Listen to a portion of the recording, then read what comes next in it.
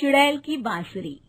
एक सुहाना सा दिन होता है और मगन, रामलाला, चंदन, राजन, तपन और गोलू के पापा गांव के बरगद के पेड़ के नीचे बैठकर अपनी शाम की गपशप कर रहे हैं। अरे रामलाला और चंदन, तुम्हारी फसल कैसी चल रही है इस साल? अरे बंधु, क्या बताएं, बारिश ने तो परेशान कर रखा है। सही बात, बारिश की कमी ने दिमाग खराब कर दिया है। सरपंच गांव वालों के लिए एक खबर लेकर आता है। अच्छा मेरे गांव के भाइयों, सुनो जरा। हमारी सरकार ने किसानों के लिए शहर में एक सेमिनार का आयोजन किया है, जिसमें वो खेतों के बारे में और भी कुछ जानकारी देंगे। तो मुझे लगता है कि हमें वहां जाना चाहिए। सरपंच जी, मेरे खेतों में कीड़ों ने परेशान कर दिया है, उसके लिए कुछ जानकारी मिलेगी क्या? बिल्कुल, तुम्हारे खेतों के बारे में तुम्हें सारी जानकारी देंगे वो लोग। तुम तीनों को जाना चाहिए, बहुत फायदा होगा तुम्हें उससे। ये कहकर सरपंच वहाँ से चला जाता है और तीनों सोचते हैं कि वो शाम के वक्त मैदान पर मिलेंगे और वहीं से रवाना हो जाएंगे। तीनों दोस्त मैदान पर मिलते हैं और जैसे ही निकलना शुरू करते हैं तभी एक बांसुरी की आवाज सुनकर वो भी उसी ओर सम्मोहित स्थिति में चलना शुरू कर देते हैं। कुछ बच्चे हर बार की तरह अपना दोपहर का फुटबॉल का गेम खेल रहे हैं।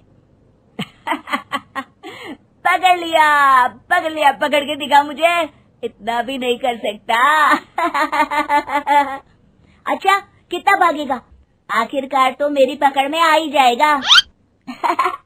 हाँ, तुझे पता नहीं तपन, राजन कितनी तेज दौड़ लगा सकता है। खेलते खेलते अचानक से एक बांसुरी की मीठी आवाज सुनाई पड़ती है। सारे बच्चे उसका पीछा करने लगते हैं। शाम हो गई है और बच्चों के घर न आने की वजह से उनकी माँ मैदान में पहुँच जाती है। राजन बेटे, अरे ओ राजन बेटे, किधर चले गए? इतनी देर हो गई, घर वापस क्यों नहीं आए बेटे? तपन बेटा, चलो घर, शाम हो गई है, कितना खेलोगे? और गोलू, ओ गोलू! तीनों की माँ एक दूसरे को देखने लगती है और उन्हें एहसास होता है कि उन तीनों के बेटे घर आए ही नहीं। अरे राजन और गोलू की मम्मी, आप इधर? राजन और गोलू घर नहीं आए क्या अभी तक? नहीं तो दोपहर में राजन मुझे बताकर गया था कि वो तपन और गोलू के साथ खेलने जा रहा है। मैंने सुना है कि गांव में एक चुड़ैल घूम रही है, कहीं वही तो नहीं ले गई ना हमारे बच्चों को? ऐसा कुछ नहीं हुआ होगा, हम तीनों अलग अलग जगह ढूंढते हैं, इधर ही खेल रहे हों। सुनिए जी, ये तीनों मिल ही नहीं रहे और मेरे दिमाग में बहुत बुरे बुरे ख्याल आ रहे हैं। आप चिंता मत कीजिए, हम सरपंच से जाकर बात करते हैं, वो हमारी मदद करेंगे। गोलू की माँ सही कह रही हो, चलो चलते हैं। एक उम्मीद की आशा लेकर तीनों अपने बेटों की फिक्र में सरपंच के घर जा पहुंचती है। सरपंच अपनी शाम की चाय पी रहे हैं और अखबार पढ़ रहे हैं। तभी तीनों की माँ हड़बड़ी में भागकर उनके पास आती है। अरे अरे, आप तीनों इतनी डरी हुई क्यों हो? क्या हुआ? ऐसी क्या बात हो गई? तिवारी जी, हमारे लड़के दोपहर से खेलने गए हैं और अब तक लौटे नहीं हैं। हमने उन्हें सब जगह ढूंढा, लेकिन हमें वो मिले ही नहीं, इसीलिए हम भागकर आपके पास आ गए। अच्छा, इनके पिता कहाँ है? ये कुछ काम के लिए शहर गए हैं, इसीलिए हम भागकर आपके पास आए हैं। हाँ, मैं उसके बारे में भूल ही गया था। एक काम कीजिए, मुझे उस जगह लेकर चलिए जिधर वो आखिरी बार खेल रहे थे। सरपंच घर से एक डंडा लेकर तीनों के साथ मैदान की ओर निकल पड़ते हैं।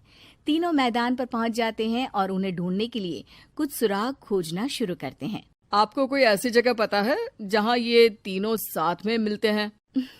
नहीं जी, ऐसी तो कोई जगह नहीं पता।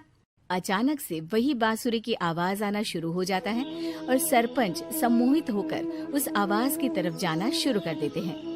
अरे तिवारी जी, आप ठीक तो हैं? कहाँ जा रहे हैं? अरे ओ तिवारी जी, वो हमें सुन नहीं पा रहे हैं क्या? सरपंच बांसुरी की धुन में झुककर उसी दिशा में आगे बढ़ रहे थे। ये आवाज कैसी? ऐसा लग रहा है कि कोई बांसुरी बजा रहा हो। हाँ, सरपंच जी भी उसी दिशा में जा रहे हैं। सरपंच का पीछा कर तीनों मैदान के टूटे हुए बंगले पर पहुंच गए और सरपंच के पीछे दरवाजे के अंदर घुस गए। तीनों बंगले के अंदर झांकते हैं तो देखते हैं कि बहुत अच्छे से संभाला गया है बंगला। उतने में एक हंसी की आवाज आती है। मेरी बांसुरी, तूने मुझे आज तक कभी तंग नहीं किया, हमेशा अपने जादू से लड़कों को खींच लाती है। ये बोलते ही राजन की माँ को तीनों बच्चे और उनके पिता वहाँ चुड़ैल के पास लेटे हुए दिखते हैं। अरे वो देखो गोलू के पापा। अरे रे, अरे गोलू की माँ, अब चुप रहिए ना जरा। उस चुड़ैल ने देख लिया तो हम भी फंस जाएंगे। इन्हें बचाएगा कौन? लगता है ये शहर गए ही नहीं और इस चुड़ैल ने इन सबको भी यही बुला लिया है। अब हमें इन्हें छुड़ाना होगा। एक काम करते हैं। राजन की मम्मी गोलू और तपन की मम्मी को एक प्लान बताती है। बिल्कुल सही कह रही हो राजन की मम्मी। चलो आज इस